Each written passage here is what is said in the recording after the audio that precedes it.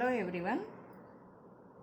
Today we learn about the algorithms. Introduction to algorithms. The topics for today's session is Introduction to algorithms and different characteristics of an algorithm, analysis of algorithm and asymptotic analysis, and different notations of the asymptotic notations. First we have to learn about the algorithms. What is an algorithm? Algorithm is a finite set of instructions.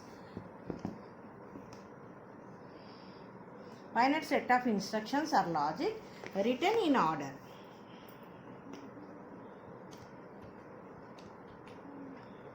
to accomplish a certain predefined task. Okay, this is the finite set of instructions or logic which is used to accomplish a predefined or specific task. And this is not a complete code or a program. It is just the code logic of a problem. That is just the solution of the problem, which can be expressed either as an informal high-level description or pseudocode or using the flowchart. This can be specified in the informal high-level description as the pseudocode or flowchart. By using pseudocode and flowchart, we can express the algorithm. And this is the step-by-step procedure, and which defines the set of instructions to be executed in certain order to get the desired output. We have to give the input and it produces the output. The what output to be produced to be specified in set of instructions by using the algorithms. And these are generally algorithms are generally created independent of underlying language. That is, it can be implemented by using the any programming language. Okay, not necessary to this type of algorithm can be specified only in this language. So once the algorithm is written, this can be implemented in any type of programming language. Algorithm. We are given the input, and algorithm is the set of rules to obtain the expected output from the given input, and it produces the output. And different characteristics of an algorithm. When we are writing the algorithm, we have to follow the characteristics which we have specified here. Algorithm must be the unambiguous. Means it should be clear and unambiguous. Each of steps and its inputs, output should be clear and must lead the only one meaning. It must not be the more than one meaning. It always must be the only one meaning. And input should be have 0 or more. Okay, 0 means just we are printing the hello. Well, print hello, print Sampratibha, print Pingiri College. Just like these are the no inputs. In those situations, we say the input is the 0. So, algorithm should have the 0 or well-defined inputs, 0 or more. And output should have 1 or more well-defined outputs and should match the desired output. Okay, and it always should have the 1 or more, depends on the inputs given. And algorithm is the finiteness. Finiteness means it must terminate after finite number of steps. Always the algorithm must be written in some finite number of steps only. It must be the feasibility. The algorithm always should be the feasible with available resources. Always it must be the feasible. And it always the independent. Independence means it should have a step-by-step directions which should have independent of any programming code. Not it is related to any programming code. It is the independent and it can have the step-by-step directions. These are the different characteristics to be followed when we are writing the algorithm. Different characters in diagrammatic form. Characteristics of an algorithm, it must have the well-defined inputs, well-defined outputs. Always algorithm must be the clear and ambiguous, and finiteness, it must be the feasible, and it is the language independent. Algorithm is not depends on programming language. It is the language independent. And characteristics of good and correct algorithm is it have the set of inputs and steps are uniquely defined.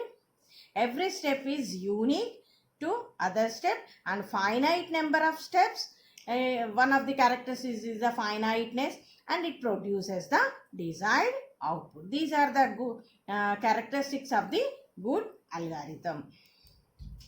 And the example of the algorithm is, this is the algorithm is for going to the market to purchase a pen.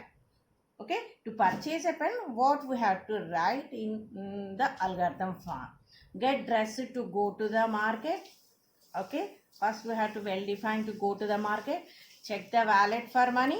If there is no money, fill it with money. Okay, actual algorithm process starts here. Go to the shop where we want to buy the pen. Ask for your favorite brand of pen. Ask the shop owner, is the pen you want is available? If pen is available, go to the step 7. That is, if the pen is available, give money to the shopkeeper and keep the purchased pen safely and go back home. If that is not available, go to step 10. What is that? Ask for any other brand pen. The brand of pen which is not available, you ask for another brand of pen. If that is available, give money to the shopkeeper and keep the purchased pen safely and go back home. Like this algorithm can be written, and this can be implemented in any type of programming language. This is the real life situation of writing the creating the algorithm. And this is the algorithm, another algorithm to add the 3 numbers and print their sum. Addition of 3 numbers. First we have to write the start. Start means we are starting the algorithm. Declare the 3 integer variables because we are adding the 3 numbers. So we are declaring the variables as num1, num2 and num3. And take the 3 numbers to be added as input in variable number 1, number 2 and number 3. We are declared the variables and the input is given to these 3 variables. Declare another integer variable sum to store the resultant sum of these 3 numbers. That num1 plus num2 plus num3 can be stored in some value, some integer. These are the integers, so we are declared the another variable, that is the sum, to store the result of these variables. And add these 3 numbers and store the result in the variable sum and print the value of the variable sum and end the algorithm. This is the algorithm to add the 3 numbers. This is the another example. And next is the algorithm analysis. Okay. Efficiency of an algorithm can be analyzed at 2 different stages. That is the before implementation and after implementation. Specifying the efficiency of algorithm is analyzed in 2 different stages. That is the before implementation and after. Before implementation we call that as a priori analysis, and after implementation we call the posterior analysis. First we know about the priori analysis. Priori means before. So before implementation. And this analysis means checking the algorithm before its implementation. Okay, we call this as the priori analysis because the algorithm is checking before it is implementing. Okay, in this algorithm, in this type of analysis, the algorithm is checked when it is written in the form of theoretical steps. So we call this as the theoretical analysis of an algorithm. Priori analysis is the theoretical analysis of algorithm. And efficiency of algorithm is measured by assuming that all other factors. Okay, this is the theoretical analysis of algorithm, and efficiency of the algorithm is measured by the all other factors. For example, processor speed, is there is any constants, and have no effect on the implementation. Depends on that, we can analyze the efficiency of the algorithm. This is the theoretical analysis of the algorithm, that is the priori analysis. And next is the posterior analysis. This is the after implementation. Posterior means after. So this posterior analysis means checking the algorithm after its implementation. In this, algorithm is checked by implementing it in any programming language and executing it. After implementing only, we are checking its efficiency. This is an empirical analysis of an algorithm. Priori analysis is the theoretical analysis of algorithm, but posterior analysis is the empirical analysis of an algorithm. And this analysis helps to get the actual and real analysis report. It gives us real analysis report about the correctness and space required and time consumed, etc. These all can be measured in this type of analysis. This is the posterior analysis. And next is the algorithm efficiency.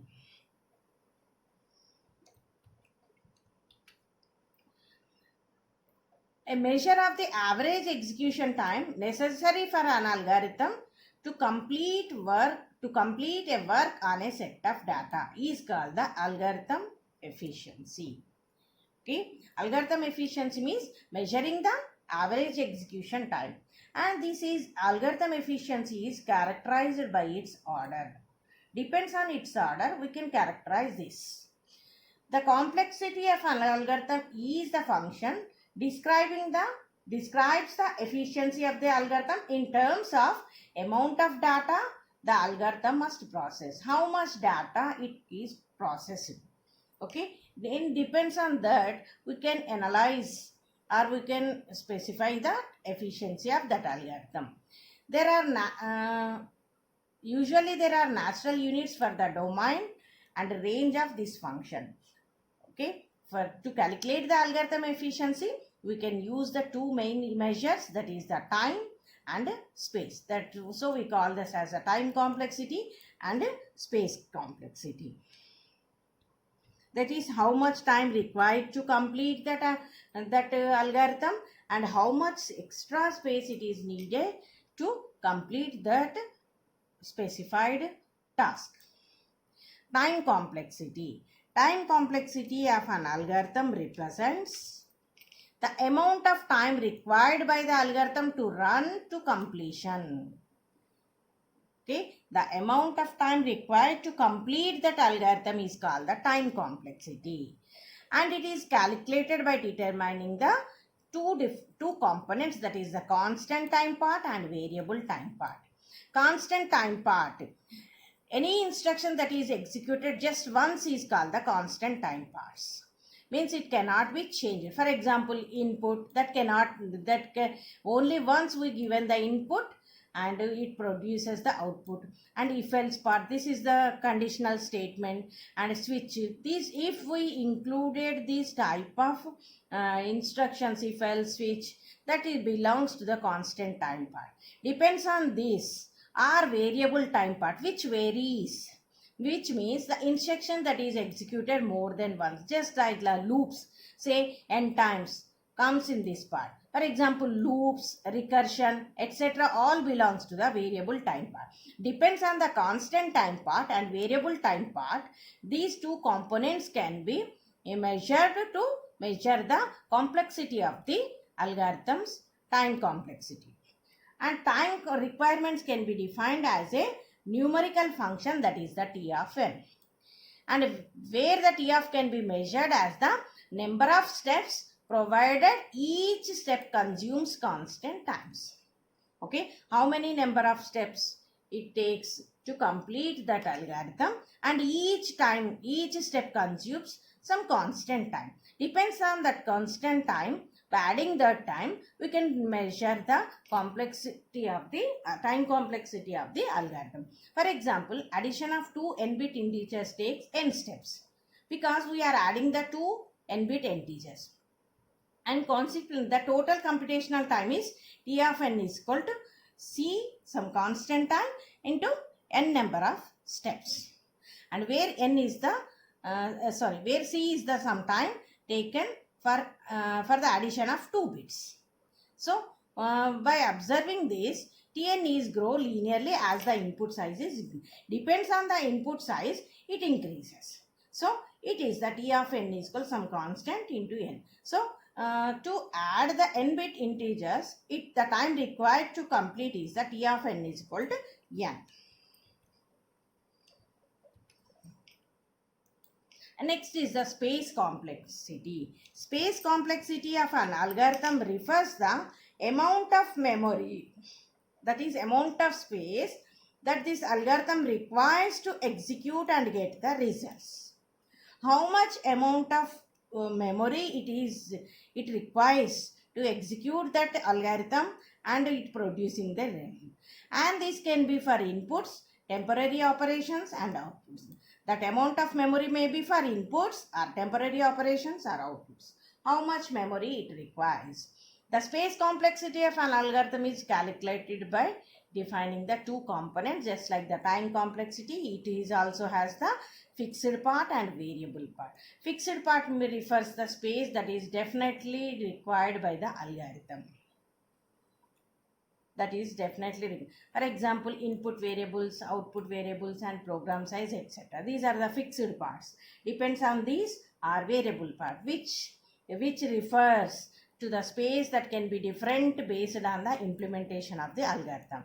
By depends on the algorithm we are chosen, the variable part can be changed. Okay, for example, temporary variables, dynamic memory allocation and recursion and stack space. Depends on these, the variable part can be changed. Depends on these two components, space complexity can be measured. And next is the design tools for the algorithm. Algorithm design tools. The two popular tools used in the representation of algorithms are the pseudocode and flowchart. First is the pseudocode. Generally, algorithm can be written in any natural language like the English, German, French, any language, etc.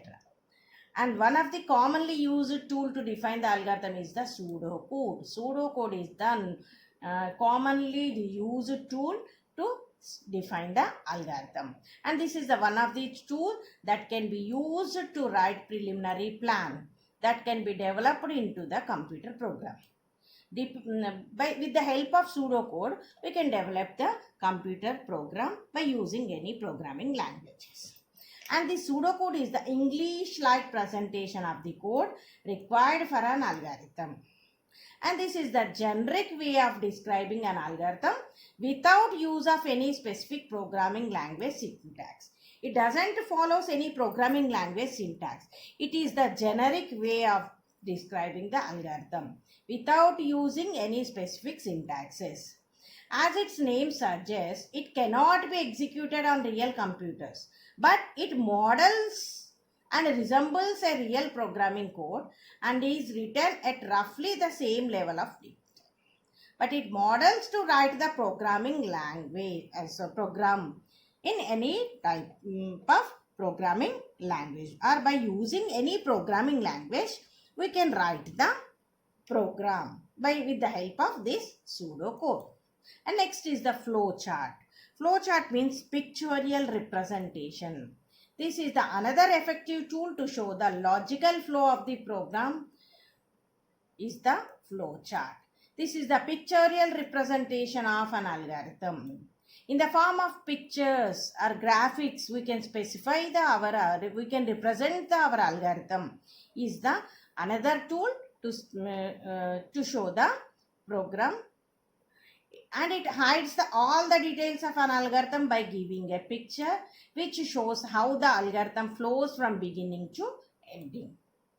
Okay, it hides the details of all algorithm by specifying in the form of pictures. And flowchart is the schematic representation of an algorithm or a stepwise process showing a step as boxes of various kinds and their order by connecting with the arrows. And those the boxes are different uh, pictures used in the flowchart can be connected by using the arrows. And flowcharts are used in designing as well as the documenting a process or the program. To design the program, we can use the flowchart, or we can document a program, we use the flowcharts. And it uses some standard symbols, and some special symbols can also be developed to specify the flowcharts.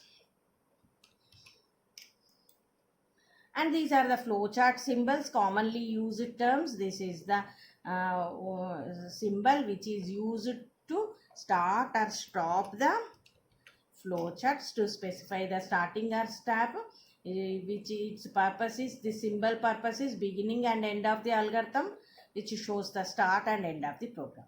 And the square rectangle is the process symbol name, indicates the mathematical operation. For example, if we want to write the two numbers addition, which is stored in the sum is equal to num1 plus num2 can be written in this. And this is the start, where the algorithm starts. And this is the input and output, which defines, as well as input and output purpose, we can use the this symbol denoting the program input and this diamond symbol is used for decision statements, where answer is yes or no. If that is yes, it flows in one direction. If that is no, it flows in another direction. And arrow shows the relationship between these different shapes. And this is the on page connector, which connects two or more parts of the flowchart which are on the same page, okay, which is used to connect the different parts of the flowchart. And this is the off page connector two parts of flowchart which are spread over different pages. If our flowchart is spread over different pages, we can use this off page connector. If our flowchart is specified in different parts in the same page, so we use the on page connector. Okay, these are the different symbols we are used to specify the flowcharts. For example, here for flowchart to calculate the average of two numbers. This is the start, when it starts, and take in number 1 and number. This is the input symbol, so we are taking the two numbers addition. So we are taking two numbers. Here it starts connecting with arrows. And next we are calculating average. So average is the another variable which holds to average value of number 1 plus number 2. Okay, next the print the average. Okay, next ending. This is the example for writing the calculating the average of two numbers in the form of flowcharts. And next is the asymptotic analysis. This is the important topic in which belongs to the algorithms. Okay, asymptotic analysis of an algorithm refers to defining the mathematical foundation or framing of its runtime performance is called the asymptotic analysis. Defining the mathematical foundation is the asymptotic analysis. And using this asymptotic analysis, we can conclude the best case, average case, and worst case scenarios of an algorithm. Which are the best cases? The best case for that algorithm, which is the average case for that algorithm, and which is the worst case for that algorithm can be concluded with the help of this asymptotic analysis. And it is input bound. That is, if there is no input to the algorithm, it is concluded to work in a constant time. It is input bound, means if there is no input, so that algorithm can be completes in some constant time. Other than the input, all the other factors are considered as the constant. Okay, if there is no input, the other factors are considered as the constant. Okay. Next, asymptotic analysis refers to computing the running time of any operation in mathematical units of computation. Means calculating the mathematical units of computations is called the asymptotic analysis. Okay. Asymptotic analysis means computing the running time of any operation in mathematical units of computation. Okay. The time required by an algorithm falls under these three types. That is the best case, average case and worst case. Best case means calculating the minimum time required for program execution. Average case means average time required for program execution. Worst case means what is the maximum time required for program execution.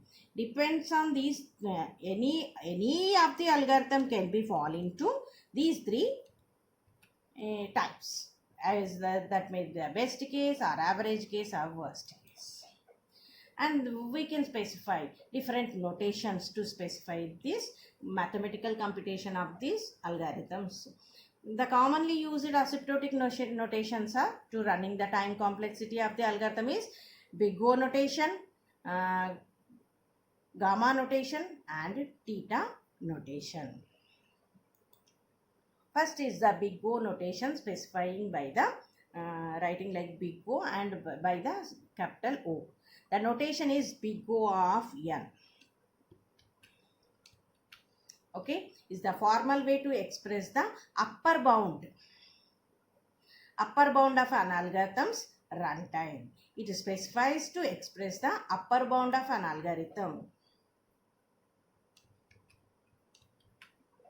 And it measures the worst case time complexity. When we are measuring the upper bound, that is the maximum time required for the algorithm, that becomes the worst case. So when it is the worst case, we specify that is the big O.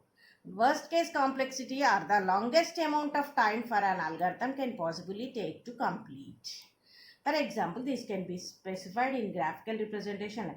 This is the actual, this is the f of x, what we are given, and this is the completion time, like increasing like this. For example, it can be, if that function is f of n, then this function completes, that its big O notation can be big O of f of n is equal to g of n. There exists c greater than 0, where c is the constant, and n0, which is the constant, such that f of n always be the less than or equal to some constant into g of n, where n is greater than n0. Which is taking some maximum time to complete its task, that is the g of n. So it is always specifies the maximum time which required to complete that algorithm. That is the worst case complexity.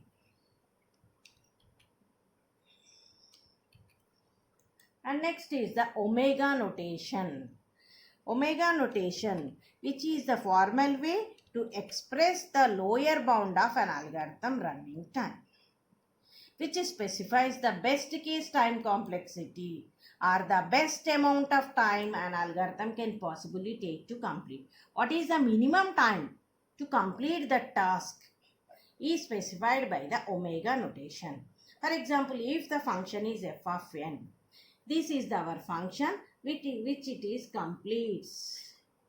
Okay, some constant time k, it is completing. So omega of n, f of n is greater than or equal to g of n. There exists c greater than 0 and n0, such that g of n always is the less than or equal to some constant into f of n. Always the g of n is the minimum value for all n greater than 0. This can be specified like this.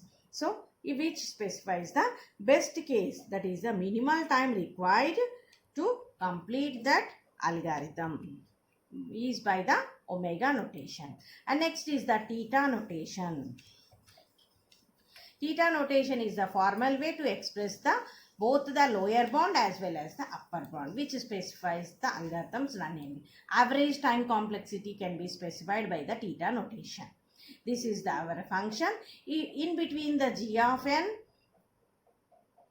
and g of n0, this function can be complete.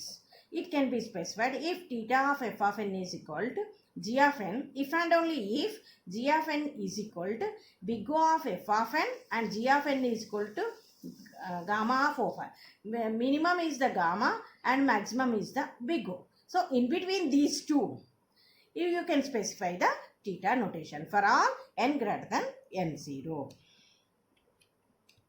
This is the three notations commonly used asymptotic notation: big O, big omega and theta notations. And in the summary, we learn about the introduction to algorithms and different characteristics of an algorithm, algorithm analysis and efficiency of an algorithms, and different design tools for the algorithm, that is the pseudocode and flowchart, and different asymptotic analysis. We have the three notations for asymptotic analysis: big O notation, big omega notation and theta notation.